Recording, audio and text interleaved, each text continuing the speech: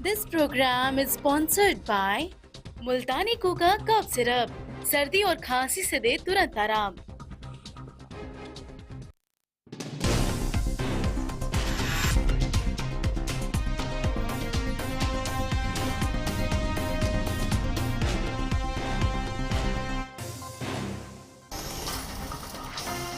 Ethiopia ने प्रधानमंत्री नरेंद्र मोदी को सर्वोच्च सम्मान से सम्मानित किया है। द ग्रेट ऑनर निशान ऑफ इथियोपिया पाने वाले पीएम मोदी बने पहले वैश्विक नेता। मनरेगा का नाम जी श्री राम जी करने पर संसद से सड़क तक संग्राम, आज देश भर में कांग्रेस का प्रदर्शन। एनसीआर में जारी प्रदूषण का कहर, कई इलाकों में एक्यूआई का लेवल बेहद ही गंभीर, मामले को लेकर सुप्रीम कोर्ट में आज सुनवाई।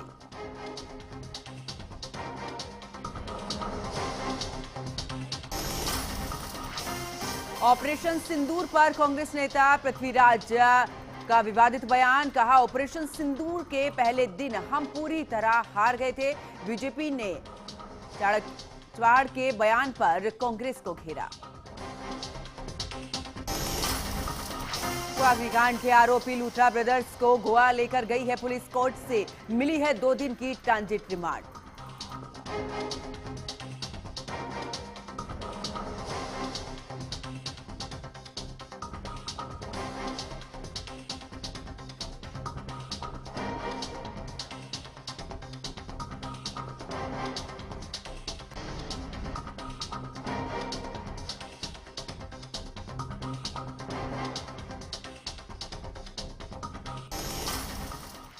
नमस्कार, आप देख रहे हैं एचएनएन न्यूज। मैं हूं आपके साथ पंकज यादव। शुरुआत करते हैं जहां पर इथियोपिया से ओमान के लिए रवाना होंगे प्रधानमंत्री नरेंद्र मोदी, जहां पर सर्वोच्च सम्मान से उन्हें सम्मानित किया गया है। द ग्रेट ऑनर निशान ऑफ इथियोपिया से सम्मानित यहां पर किए गए हैं। यह अवार्ड पाने वाले दुनिया के पहले नेता बने हैं प्रधानमंत्री नरेंद्र मोदी। तो बड़ी खबर आपको बता रहे हैं, जहां पर प्रधानमंत्री नरेंद्र मोदी को सम्मान मिला है।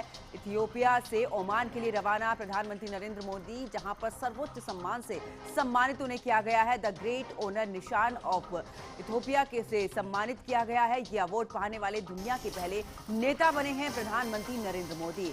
तो इथियोपिया से ओमान के लिए रवाना हो चुके हैं, या इस दौरान रवाना होंगे प्रधानमंत्री नरेंद्र मोदी, जहां पर सर्वोच्च सम्मान से भी सम्मानित उन्हें किया गया है। द ग्रेट ऑनर निशान ऑफ इथियोपिया से सम्मानित किया गया है। यह अवार्ड पाने वाले दुनिया के पहले वैश्विक नेता बने हैं प्रधानमंत्री नरेंद्र मोदी। तो बड़ी खबर, जहां पर प्रधानमंत्री नरेंद्र मोदी को सर्वोच्च सम्मान दिया गया है। इथियोपिया के प्रधानमंत्री डॉक्टर अबी अहमद अली ने प्रधानमंत्री नरेंद्र मोदी को महान सम्मान निशान प्रदान किया है। आपको बता दें कि सर्वोच्च सम्मान पाने वाले प्रधानमंत्री नरेंद्र मोदी दुनिया के पहले वैश्विक राष्ट्र अध्यक्ष हैं।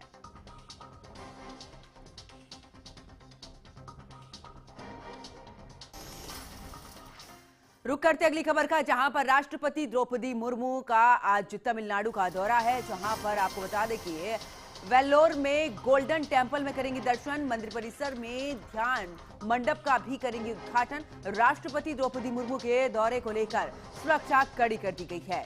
तो राष्ट्रपति द्रौपदी मुर्मू का तमिलनाडु का दौरा, वेल्लोर में गोल्डन टेम्पल में करेंगी दर्शन। राष्ट्रपति के दौरे को लेकर सुरक्षा कड़ी कर दी गई है। तो मंदिर परिसर में ध्यान मंडप का भी उद्घाटन राष्ट्रपति करेंगी। इस वक्त की बड़ी खबर आपको बता रहे हैं, जहां पर राष्ट्रपति द्रौपदी मुर्मू का आज तमिलनाडु का दौरा, वेल्लोर में गोल्डन टेम्पल में दर्शन करेंगी, मंदिर परिसर में ध्यान मंडप का उद्घाटन भी करेंगी। राष्ट्रपति द्रौपदी मुर्मू के दौरे को लेकर सुरक्षा कड़ी कर दी गई है, जहां पर आज तमिलनाडु का उनका दौरा रहेगा। वेल्लोर में गोल्डन टेम्पल में दर्शन करेंगी, मंदिर परिसर में दौरान ध्यान मंडप का भी उद्घाटन करेंगे। राष्ट्रपति द्रौपदी मुर्मू के दौरे को लेकर कड़ी सुरक्षा व्यवस्था कर ली गई है। अब खबरों में आगे बात करते हैं, जहां पर दिल्ली एनसीआर में जारी प्रदूषण का कहर, कई इलाकों में एक्यूआई का जो लेवल है बेहद ही गंभीर श्रेणी में बना हुआ है। साथ ही सुप्रीम कोर्ट में आज इसको लेकर सुनवाई। पोल्यूशन की याचिका पर आज सुनवाई होगी। दिल्ली एनसीआर में वायु प्रदूषण खतरनाक स्तर पर पहुंच गया है। पोल्यूशन को लेकर याचिकाओं पर आज सुनवाई होनी है। तो इस वक्त की बड़ी खबर आपको बता रहे हैं, दिल्ली एनसीआर में जारी प्रदूषण को लेकर अब इसको लेकर कई जगहों पर बेहद ही गंभीर श्रेणी में एक्यूआई बना हुआ है। अब मामले को लेकर सुप्रीम कोर्ट आज सुनवाई करेगा। पोल्यूशन की याचिका पर ये सुनवाई होगी। तो इस वक्त की बड़ी खबर, दिल्ली एनसीआर में जारी प्रदूषण का कहर। इतना ही नहीं, कई ऐसे इलाके जहां पर कि एक्यूआई गंभीर श्रेणी में बना हुआ है। अब इसको लेकर पूरे तरीके से सुप्रीम कोर्ट आज एक बार फिर से सुनवाई करेगा। बीती सुनवाई में भी सुप्रीम कोर्ट की तरफ से ये तथ्य दिया गया था कि आखिरकार अमीरों की वजह से गरीबों को यहां पर प्रदूषण की मार झेलनी पड़ रही है। ऐसे में अब पोल्यूशन को लेकर जो याचिकाएं दायर हुई हैं उन पर आज सुनवाई होनी है। तो दिल्ली एनसीआर में जारी है प्रदूषण का कहर। जगह जगह पर प्रदूषण को देखा भी जा रहा है कि एक्यूआई जो है वो गंभीर श्रेणी में बना हुआ है। यही वजह है कि सुप्रीम कोर्ट में कई याचिकाएं भी दायर हैं।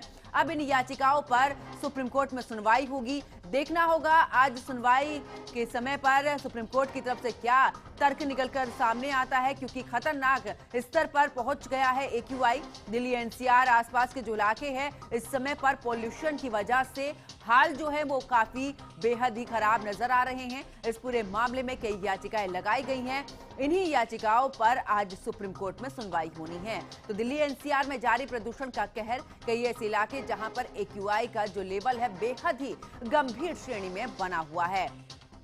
फिलहाल सुप्रीम कोर्ट में आज इसको लेकर सुनवाई होगी। लेकिन आपको बता दें कि जिस तरीके से प्रदूषण बढ़ता जा रहा है, कई ऐसे इलाके जो कि रेड जोन में बने हुए हैं, उसको लेकर भी आज देखना होगा सुप्रीम कोर्ट की तरफ से क्या कुछ कहा जाता है सुनवाई के दौरान, क्योंकि सुप्रीम कोर्ट ने भी पूरे तरीके से स्पष्टीकरण मांगा था राज्य सरकार से भी कि आखिरकार दिल्ली सरकार से पूछा गया था कि किस तरीके से ये प्रदूषण जो है वो कम नहीं हो रहा है। तमाम दावे वादे भी देखा था जब सरकार की तरफ से किए गए थे, उसका कितना असर यहाँ पर नजर आ रहा है। इसके अलावा ग्रेफ 4 यहाँ पर लागू हो चुका है। उस ग्रेफ 4 की जो इस दौरान सीमाएं हैं, क्या उसके तहत कार्य हो रहे हैं या फिर अभी भी नियमों का उल्लंघन हो रहा है। ऐसे में कितने लोगों पर कार्रवाई की जा रही है, इन तमाम तथ्यों पर आज एक बार फिर से सुनवाई होगी। साथ ही प्रदूषण बढ़ रहा है, क्योंकि अब देखा था जब पहले ये कहा गया था कि जो पड़ोसी राज्य है वहां पर पराली जलाई जाती है, यही एक सबसे बड़ी वजह रही है कि आखिरकार ये प्रदूषण बढ़ता रहा है। लेकिन इस बार जो पड़ोसी राज्य है उनकी तरफ से भी ये कहा गया है कि पराली नहीं जलाई गई है, बावजूद उसके दिल्ली एनसीआर में लगातार प्रदूषण बढ़ रहा है।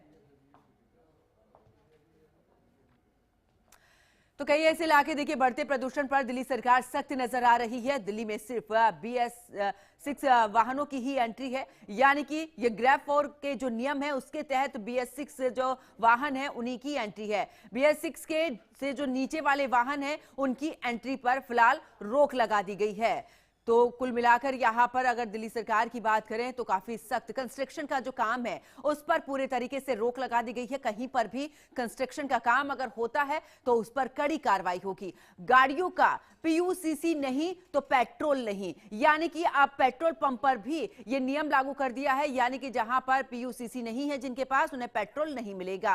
कंस्ट्रक्शन मटेरियल लेकर आने वाले ट्रकों को भी पूरे तरीके से बैन कर दिया गया है। तो ऐसे में जो कंस्ट्रक्शन का मटेरियल लेकर आते हैं ट्रक, उनको बैन कर दिया गया है। दिल्ली में 18 दिसंबर से लागू होंगे ये नियम। तो ऐसे में बढ़ते प्रदूषण को लेकर दिल्ली में वाहनों की संख्या बहुत ज्यादा है। ये भी आखिरकार जो प्रदूषण बढ़ रहा है इसके पीछे की वजह क्या है, क्योंकि दिल्ली में वाहनों की संख्या बहुत ही ज्यादा हो चुकी है। पंजाब हरियाणा में किसान पराली जलाते हैं, ये भी एक बड़ा कारण है कि आखिरकार पंजाब हरियाणा में जिस तरीके से पराली जलाई जाती है, सर्दियों में तापमान गिरने से हवा की गति कम हो जाती है, जिस वजह से जो प्रदूषण है वो जम जाता है। यानी कि ये जो परत आपको नजर आ रही है, निर्माण कार्य, धुआं, कचरा जलाना, कोयले का इस्तेमाल, इन सब की वजह से भी प्रदूषण बढ़ रहा है। इसके अलावा AQI 200 से अगर 300 है तो ये खराब, यानी कि यहां पर ग्रेप 1 लागू होगा। कब कब लागू होते हैं देखिए ग्रैप के नियम, अगर AQI 200 से 300 के बीच में है ऐसे में ग्रैप 1 होगा। AQI 301 से 400 के बीच में तो ये बहुत खराब श्रेणी में आता है, जहां पर ग्रैप 2 लागू होगा। इसके अलावा देखिए, क्योंकि अगर आगे AQI की बात करें 401 से 450 तक की बात करें तो गंभीर श्रेणी ये माना जाता है, यहां पर ग्रेप 3 लागू होता है। जबकि एक्यूआई 451 से अगर ज्यादा है, यानी कि वो कितना भी ज्यादा है, वो अत्यंत गंभीर श्रेणी में आता है, ग्रेप 4 लागू होता है।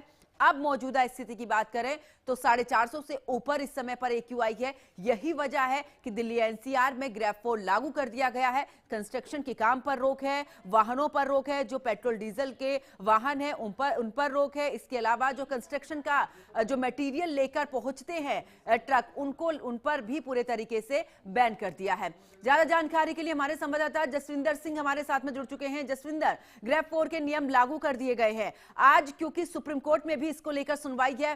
पिछली सुनवाई में भी देखा था, सुप्रीम कोर्ट ने सीधे तौर पर कहा था कि जो अमीर लोग हैं उसका खामियाजा गरीब लोगों को भुगतना पड़ रहा है। दिल्ली एनसीआर में जिस तरीके से प्रदूषण जस का तस बना हुआ है।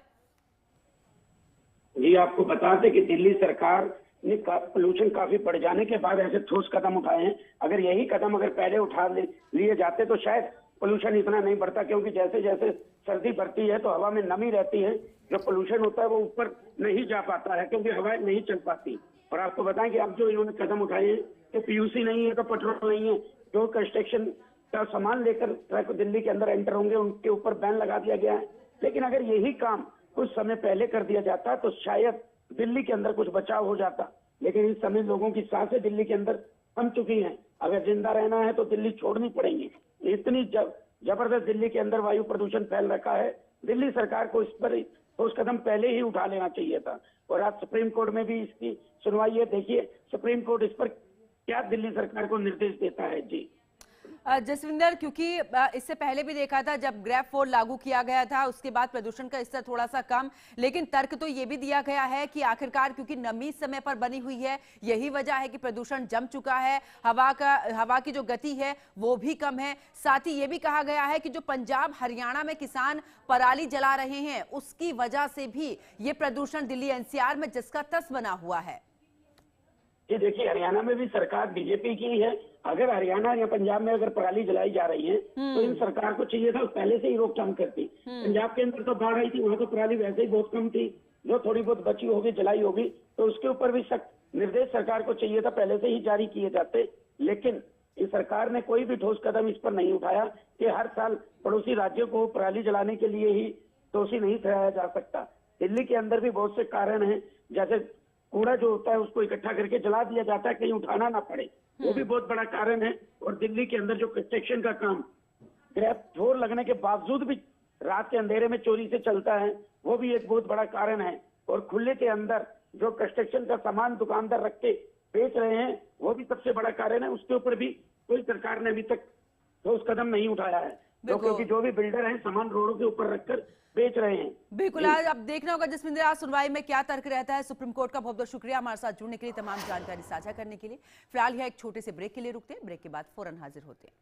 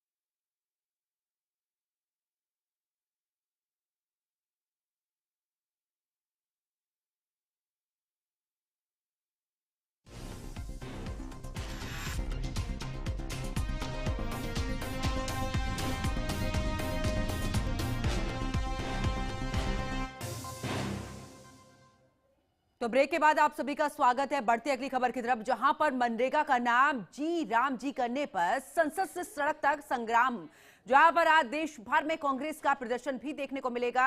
आपको बता दें कि सरकार मनरेगा की जगह पर विकसित भारत जी राम जी विधेयक 2025 लेकर आई है। कांग्रेस इसका विरोध कर रही है, इससे महात्मा गांधी के आदर्शों का अपमान बता रही है। साथ ही आरोप यह भी लगा रही है कि प्रधानमंत्री नरेंद्र मोदी को राष्ट्रपति के विचारों, साथ ही राष्ट्रपिता के विचारों को लेकर गरीबों के अधिकारों से नफरत है। इस मामले पर जारी जुबानी जंग पर अब सड़क पर भी आने वाली है। कांग्रेस ने यह भी ऐलान कर दिया है कि आज देश भर में जिला मुख्यालयों में विरोध प्रदर्शन करेगी। इसके अलावा 28 दिसंबर को कांग्रेस के स्थापना दिवस पर सभी मंडलों, गांव में भी महात्मा गांधी की तस्वीरों के साथ में कार्यक्रम आयोजित किए जाएंगे, जिसमें कांग्रेस के श्रम की गरिमा, सामाजिक न्याय, काम के अधिकार के प्रति प्रतिबद्धता को दोहराया जाएगा। कांग्रेस नेता केसी वेणुगोपाल ने भी इस मुद्दे को लेकर एक पोस्ट में कहा कि महात्मा गांधी राष्ट्रीय ग्रामीण रोजगार गारंटी अधिनियम यानी कि मनरेगा को खत्म करने की सरकार की योजना के खिलाफ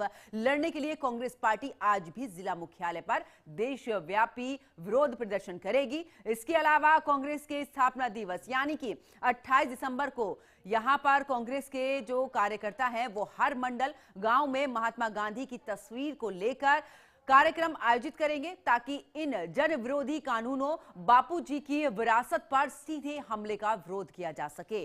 तो मनरेगा को लेकर जिस तरीके से बदला गया है, ऐसे में अब इसको लेकर कांग्रेस पार्टी यानी कि विपक्ष पूरे तरीके से हमलावर सरकार पर नजर आ रहा है। ज्यादा जानकारी के लिए विशेष संवाददाता पुनीत मोहन हमारे साथ में लाइव जुड़ चुके हैं। पुनीत, अगर बात करें, क्योंकि मनरेगा को लेकर अब आखिरकार जी राम जी जिस तरीके से किया गया है, इसको लेकर कांग्रेस कह रही है कि ये तो राष्ट्रपिता का अपमान कर रहे हैं। राष्ट्रपिता ने जो भी बातें कही हैं या फिर जो भी योजनाएं उनके नाम पर चल रही हैं, उसको बदलने का काम बीजेपी कर रही है। देखिए, लोकसभा में केंद्रीय कृषि मंत्री शिवराज सिंह चौहान ने महात्मा गांधी राष्ट्रीय रोजगार अधिनियम को बदल करके विकसित भारत गारंटी फॉर रोजगार एवं आजीविका मिशन किया। 2047 के विजन को देखते हुए ये बिल पेश किया गया, जिसको वीबी जी राम जी के नाम से पेश किया गया। कांग्रेस ने इसका सीधे तौर पर विरोध किया है। कांग्रेस का कहना है कि इससे राष्ट्रपति का अपमान हो रहा है। राष्ट्रपति मेरे परिवार के सदस्य नहीं, ये व्यक्तित्व प्रियंका गांधी का है कि मेरे परिवार के सदस्य नहीं है, ये देश के हर व्यक्ति के परिवार के सदस्य हैं। ऐसे में उनके नाम के साथ छेड़छाड़ करना कांग्रेस कतई बर्दाश्त नहीं करेगी। वहीं शशि थरूर ने राम जी का नाम इस बिल में लाने पर कहा कि राम जी एक धार्मिक आस्था है और उनको इस तरीके के अधिनियम में उनके नाम का यूज नहीं करना चाहिए। कांग्रेस आज पूरे देश में सभी जिला मुख्यालयों पर प्रदर्शन करेगी। गांव में, मंडलों पर कांग्रेस के जो कार्यकर्ता है वो एकत्र होकर के महात्मा गांधी की फोटो लेकर के साथ में प्रदर्शन करेंगे। प्रियंका गांधी ने आरोप लगाते हुए कहा कि कांग्रेस सरकार जब केंद्र में थी, उसने जितनी भी योजनाएं चलाई थी,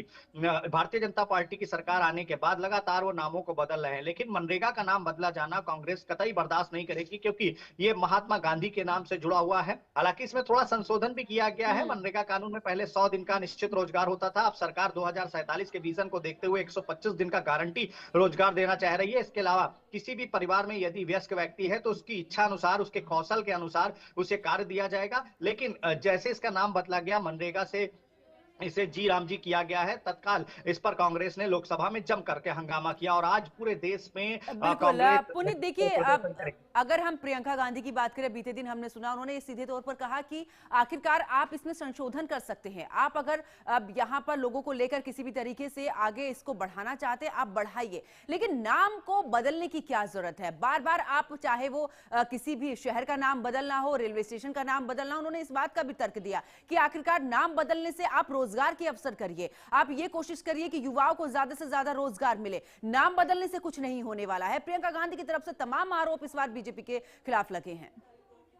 जी बिल्कुल, जिस तरीके से मनरेगा में दिनों का संशोधन किया गया, 100 दिन का जो निश्चित रोजगार होता था उसको बढ़ाते हुए 125 दिन का किया गया, कांग्रेस ने उसका समर्थन किया। लेकिन जैसे ही इस बिल का नाम बदला गया, इसको वीबी जी राम जी बिल नाम दिया गया, उस पर कांग्रेस खासा नाराज है। कांग्रेस का कहना है कि कांग्रेस शासनकाल में जो स्टेडियम बने, जो रेलवे स्टेशन बने, हॉस्पिटल बने, लगातार बीजेपी की सरकार आने के बाद उनके नाम बदले जा रहे हैं। ये सरकार केवल नाम बदलने का काम करती है। इससे पहले हमने देखा कि पंडित जवाहरलाल नेहरू के नाम को लेकर के भी प्रियंका गांधी ने बीजेपी पर तीखा हमला किया था। था, उन्होंने साफ तौर पे कहा था कि एक दिन का सेशन रख लीजिए, जवाहरलाल नेहरू के नाम से आपको जितनी आपत्ति हो केवल उस दिन उस पर ही बहस करते हैं, दूसरा कोई काम नहीं करेंगे, लेकिन संसद का जो कीमती वक्त है उसको बर्बाद मत करिए। जनता ने हमें चुन करके यहाँ विकास के लिए भेजा है, देश के लिए योजनाएं बनाने के लिए भेजा है, इसको इस तरीके की फालतू की बहस में बर्बाद नहीं किया जाना चाहिए। लेकिन मनरेगा का नाम जैसे ही चेंज हुआ है, कांग्रेस काफी एग्रेसिव नजर आ रही है पंकज, और सीधे तौर पर आज कांग्रेस के जो कार्यकर्ता हैं वो जितने भी प्रदेश में मुख्यालय हैं, जिला पे मुख्यालय हैं और मंडल में जो इनके कार्यालय बने हुए हैं, वहां पर एकत्र होकर के महात्मा गांधी की फोटो हाथ में लेकर के प्रदर्शन करेंगे।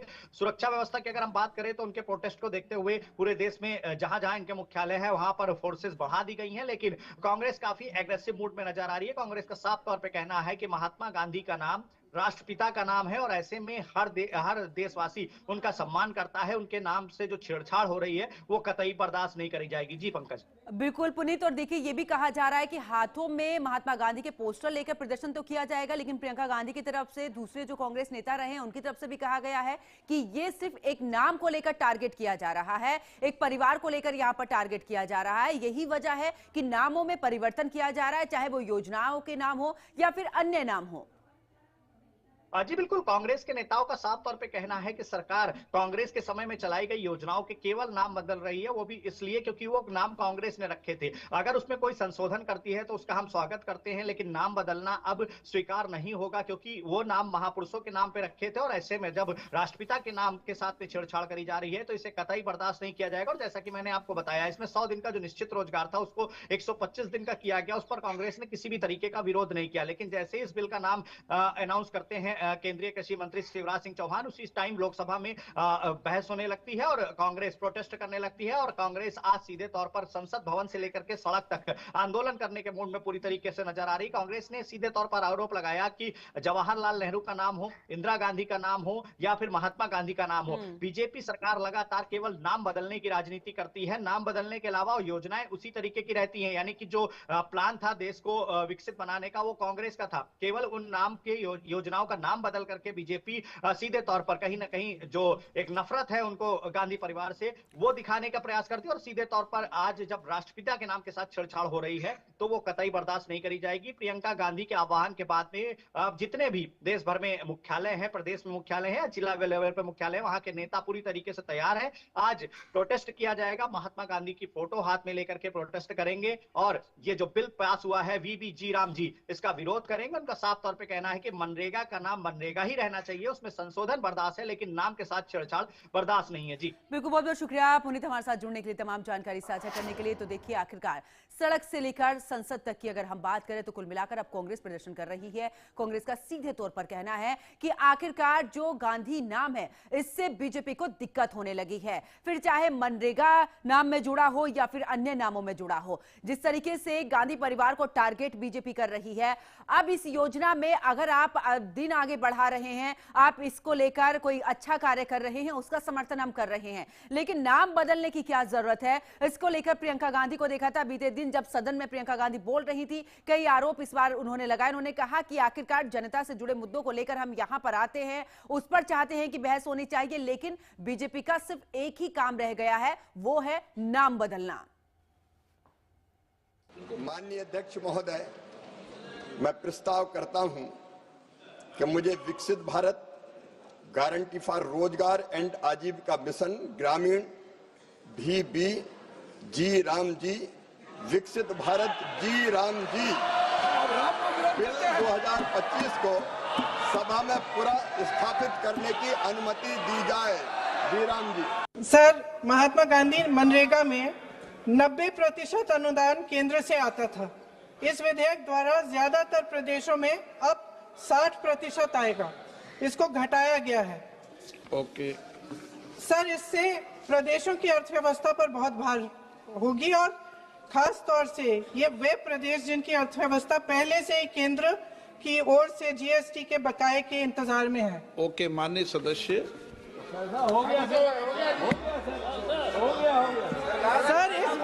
सर, इस विधेयक द्वारा केंद्र का नियंत्रण बढ़ाया जा रहा है और जिम्मेदारी घटाई जा रही है। तो इस बुलेटिन में फिलहाल इतना ही। आप देखते रहिए HNN न्यूज। नमस्कार।